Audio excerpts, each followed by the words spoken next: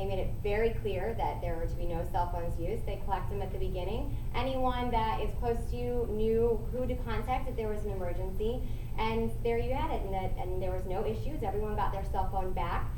We're talking class sizes that are around 20, so people, I mean, we could, it's absolutely achievable. I think it's a distraction, and I understand the benefit of it for, they can have it during, break and at lunchtime, but other than that, I really think we could probably crack down on it. I would be interested to hear what teachers' feedback is and principals, but my personal opinion is it's a distraction. So.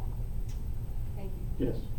I have a background as a math teacher and a school counselor, and I don't know how I could have ever worked an individual problem with an individual child when I had 40 kids in a general math class.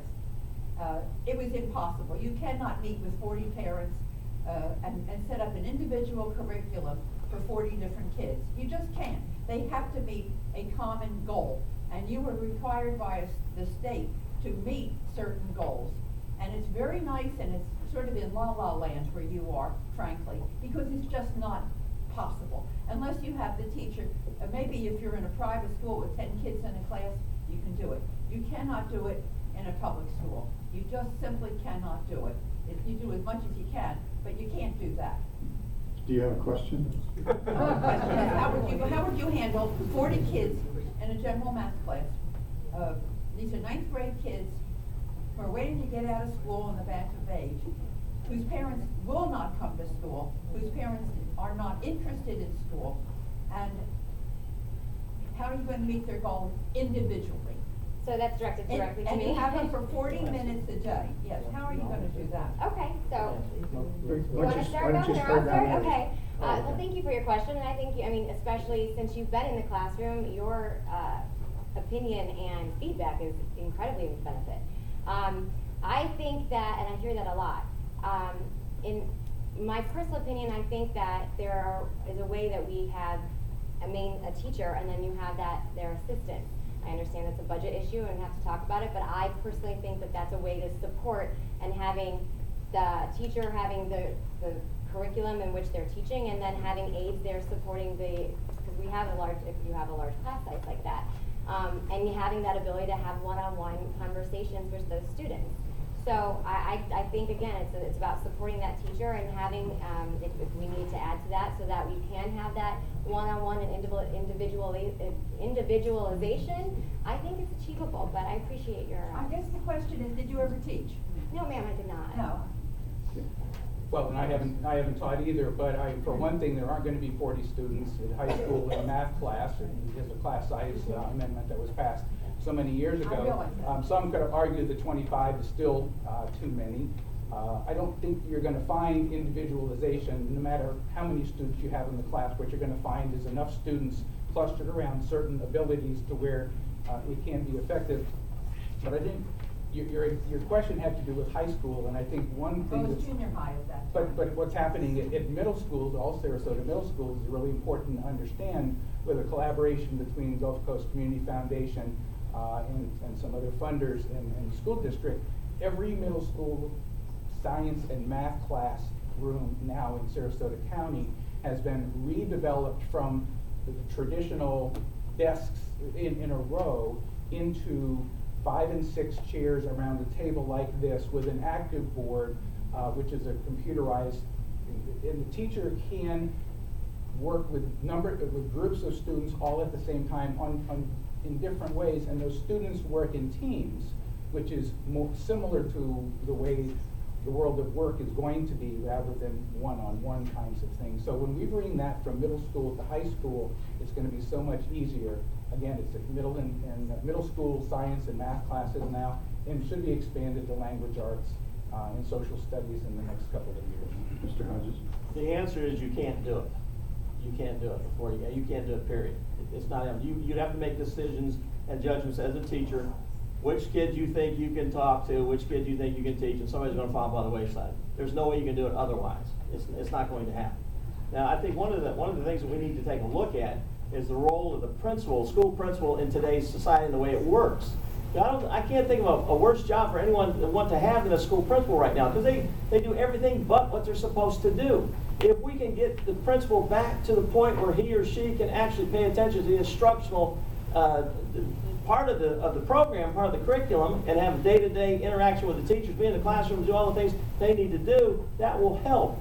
But specifically to your question, you can't do that. It won't work. I had a class, probably 25 or 30 kids. I was teaching 6th grade science, and my principal came in for my evaluation meeting, and he said, "You need to individualize instruction more." I said, "Then tell me how to do it." I've got Fred sitting up here in the front row. He reads on the 2nd grade level. I got a young lady, Linda, in the back row who reads on the 12th grade level. You tell me how to do it, and I'll start tomorrow. He packed his stuff up, got up and walked out the door, never mentioned it to me again. But I wasn't helping those kids. I was doing the best I could. But the pure answer to your question is you can't do it and be successful. Another question? There was one in the back, yes. I would like to have an answer brief answer as to your opinions of charter schools, which we are hearing quite a bit about. Are you in favor in general, or how do you feel about it? You want to start first? Well, Yeah, we'll rotate you around. Go ahead. Well, charter schools are here to stay. They've been in Florida since 1997 or so. Sarasota County Schools has become a very charter-friendly place for charter schools, and you probably heard we've got another half dozen or so applications to open a year from now. And the existing charter schools, some of which do very well and some do okay, they're up to about 15% of our enrollment right now. I think charter schools are fine. They provide another option for parents in addition to generalized school choice, magnet programs such as Bay Haven and Pineview, and then International Baccalaureate. So charter schools are just another option. They're not for everybody. They're not meant to be for everybody. One of the problems I do have, it's an issue the school board is going to be dealing with in the next month or so, is the extent to which the school board continues to voluntarily provide local capital dollars and operating dollars to charter schools whose headquarters are outside Sarasota County or are not for profit. I really question that. Don't believe we should be doing that. Okay. Mr. Hodges? Well, as Ken mentioned, charter schools are, part of the law. They exist. They're going to continue to exist. The initial legislation, the initial intent of charter schools was that they would provide a special program or a niche that the public schools could not provide. And that is the standard to which I would hold them as a school board member. You can come to me, if you've got everything else lined up, then you better convince me that your program is something that I'm either not providing or that I can't provide for my public schools. Now, I'll tell you one way to beat the charter schools. That's to improve our schools to the point where they're the best they could possibly be, and no one wants to go to a charter school. And we can do that. We're sitting at number 3 right now academically. I get in trouble with some of our opponents who aren't here because I say our student achievement is stalled. We can do better. We need a new action plan. I don't see us moving. I'm not satisfied with 3rd place. I want to be number 1. And I think we need to get busy about that. But charter schools are here to stay. We need to manage them. And again, the standard I'd hold you to is if you have a special program or a niche that I can't provide, then I'll take a look at it. Otherwise, no. Ms. Ziegler? Well, I think Belton hit something right on the head. I think I support parent choice, because maybe one school offers something that really doesn't fit your child's needs, or style of teaching, or curriculum, or specialization.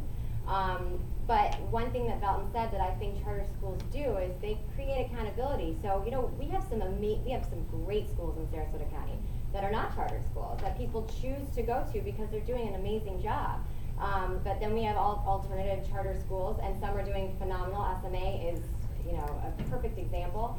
But then there are ones that are mid-par, and we need to watch those because absolutely we're giving our dollars to them. So I think the biggest thing is making sure, watching their accountability. I think options and parent choice, and I think our district does a good job with that. I support that wholeheartedly.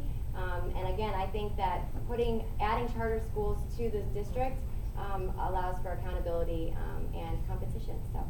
Thank you very much. That's all the time we have for this. We'll move on to the next section.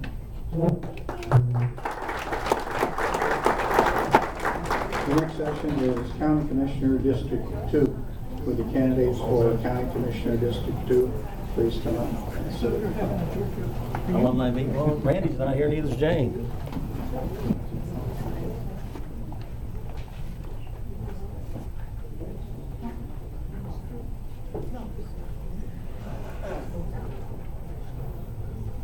begin taking them in alphabetical order. The first candidate is Paul Griglio. Paul? Close enough. Close enough. Those Irish names are very difficult, so we'll give you a pass. Thank you. Good evening, everyone. My name is Paul. Now I forgot it. It's Caragiullo. It's very nice to see you all this evening. And I have to say, it's one of the best exchanges between candidates I've seen in a long time between the three school board candidates. It's great to see that there are candidates who have such a command of the material the way that they do. So to be commended, because it's a lot of work. We'll try this again. Good evening, everyone. Back on task. Like I said, my name is Paul Caragiullo. I am running for County Commission District 2. It's currently the seat that is occupied by Commissioner Joe Barbetta, who is termed out. As is the other seat 4. Tell you something about myself. I'm originally from New York. I moved here in 1990 with my family. My father moved us down from Florida to open a restaurant. He was a baker in New York originally.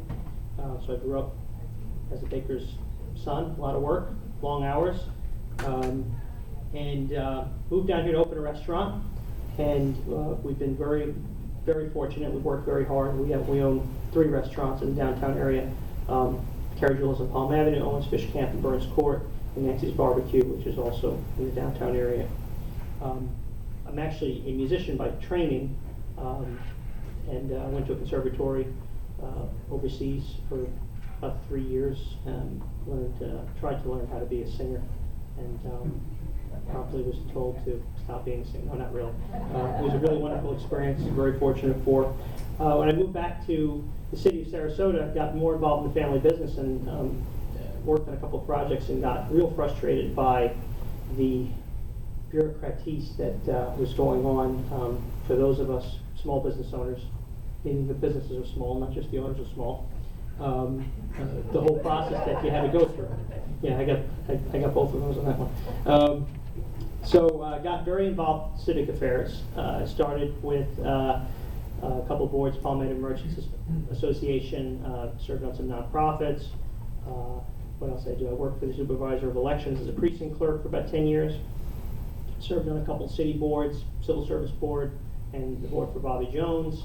Ran for city commission in 2009. I lost by 104 votes. Ran again in 2011. I won by 14 votes.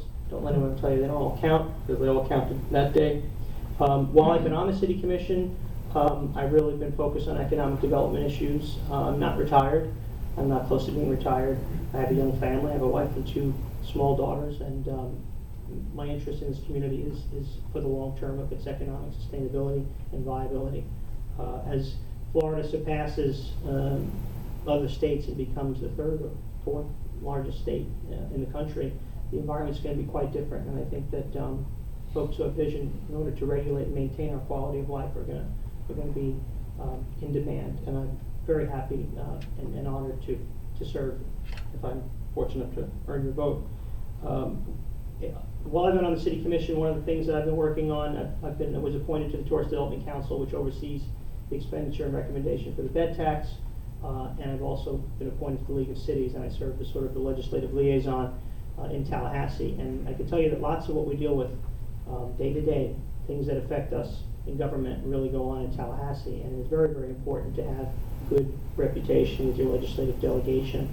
And I like to think that I'm very fortunate to have quite a lot of support in my candidacy, because my colleagues intergovernmentally know how serious I take my job. They know how hard I work. They know I will meet with anyone, discuss any topic with anyone. I have a true open door policy, and I'm a problem solver. Other than that, what's important to me long term is limited taxes, controlling our budget, maintaining our quality of life, diversifying our economic environment, and creating real jobs. That's what's important. It's very easy for a candidate to tell you how wonderful they are and why they should vote for, you should vote for me because of this, that, or the other thing. I think it's best to ask people who are supporting me why they are supporting me. And I'm very fortunate to have the support of the sheriff, the property appraiser, the state attorney, the public defender, the entire Republican Legislative House delegation, folks who work in other cities, very, very fortunate, and it means a lot, because these are the folks that you have to work with ultimately. Government is getting very expensive, and it's getting really tight. We have to do more collaborating, and I'm here to do that, so thank you very much.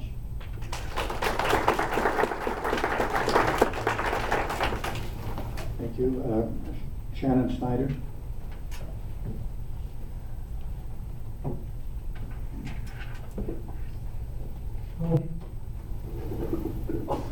Good evening, I'm Shannon Snyder, and I'm running for County Commission in seat 2. I got into the race late, and I have had some great forums and meetings. I had somebody ask me last night, said, when did you arrive in Sarasota? 1965, by way of our great public hospital, Sarasota Memorial Hospital. So, I'm a native, so I have actually third generation Sarasota.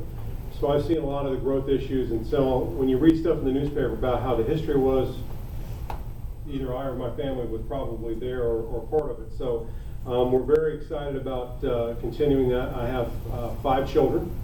I'm married to my high school sweetheart. Life brought us back around, and if you don't believe in miracles, I would love for you to meet my wife. She is full of energy and a smile that'll light up the room, unlike mine. So I will tell you that I got 5 kids. One is in PA school, wanting to be a physician's assistant. She's going on to grad school. One just graduated Florida State. The other one's at USF, so I've got t-shirts from Florida, Florida State, and UC and USF. So 2 teenage daughters at home. So I know that crowd in the back corner is a little tough, but you're not near as tough as teenage girls. I'll just tell you that ahead of time. They will tell you everything from what tie to wear, what clothes to wear, and how to do your hair. So just for me, it's even a little tough. Did 25 years in local law enforcement after growing up here in Sarasota. Enjoyed it. Got into this race a little late. But part of my history is that standing up for what's right. My history here, I served on the City of Sarasota Transportation Board. I served on the City of Sarasota Planning Board. During the time that the downtown master plan was constructed, I was the chairman of the planning board. I sat on the City of Sarasota Charter Review Board. I sat on Sarasota Memorial Hospital's Neighborhood Advisory Council. I currently sit on as a vice chair of the Metropolitan Planning Organization for Sarasota Manatee counties. They're the ones that get to decide on which roads get to try to correct which problems. So I'm pretty familiar with what goes on. This is a tough point that Sarasota County's in. We really are. We have a great opportunity to grow in a truly quality way, much like Taylor Woodrow mapped out the Meadows. But having that quality growth is something we need to maintain and something we need to make sure we manage well. And I want to offer that opportunity. I will be here even after our little Q&A. I will answer any question you want. I'll make sure you get my cell phone number, and I will take the call. Most people get surprised that I'm actually the one that actually answers the phone. So I look forward to hearing from you. Thank you.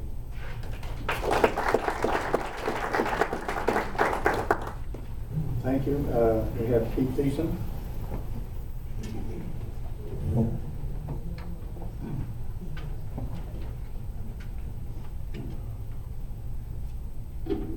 Thank you, Dr. Grubb. Good evening, ladies and gentlemen.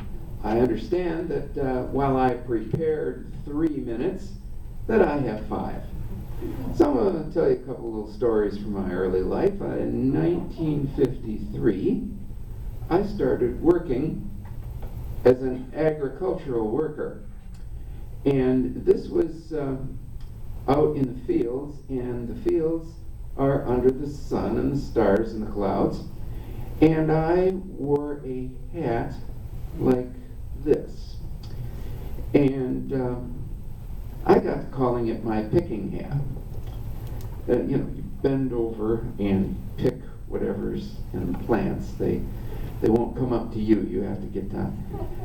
And so, anyway, I've always worn hats like that when I was out picking or doing any kind of yard work. And this even continued into medical school when I did a little groundskeeping for the school on a volunteer basis. They were falling into some hard times and they needed some help, free help. And so anyway, I've always had these picking hats, and the other day, actually it's about 6 months ago, I was in a volunteer situation here in Sarasota, and I was the only white people there. I was the only white person there, and I said something about putting the hat on. I said it was my picking hat, And that was the wrong thing to say. And it's just now the people there are getting to where they'll speak to me again. But anyway, I thought that was kind of interesting that I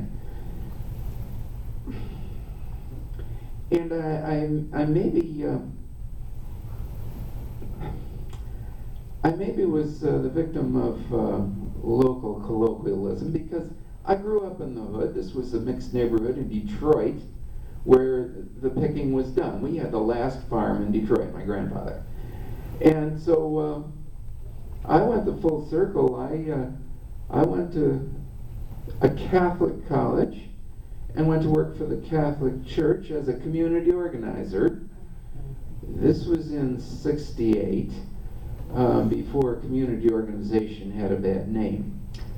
And I went from there to working in the Jeffries Housing Projects. Anyone heard of the Jeffries Housing Projects?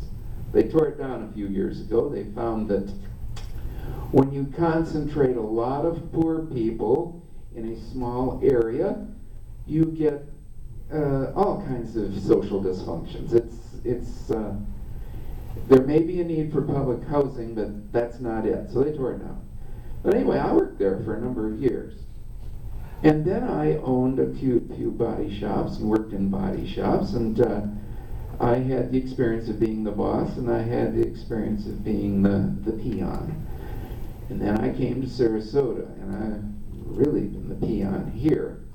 And after peoning for a few years, I bought an 18-wheeler and drove 18-wheeler on the 18-wheeler roads nationwide. One year I left at Christmas time to go on a trip and came back the following November. So that life was not, well, it was a good entry into medical school. And from there I did the medical school, had a clinic, and from there I retired some years ago. Now, politics has got one little problem, because there's too much money in it, and it's causing a lot of what amounts to corruption. Because the people who get all the money generally win. Currently the county commission has got all 5, and when the people who donate all the money have an issue before the board, that issue always goes their way. So whether or not, it's not illegal, but it has a corrupting influence. And so I'm the guy who has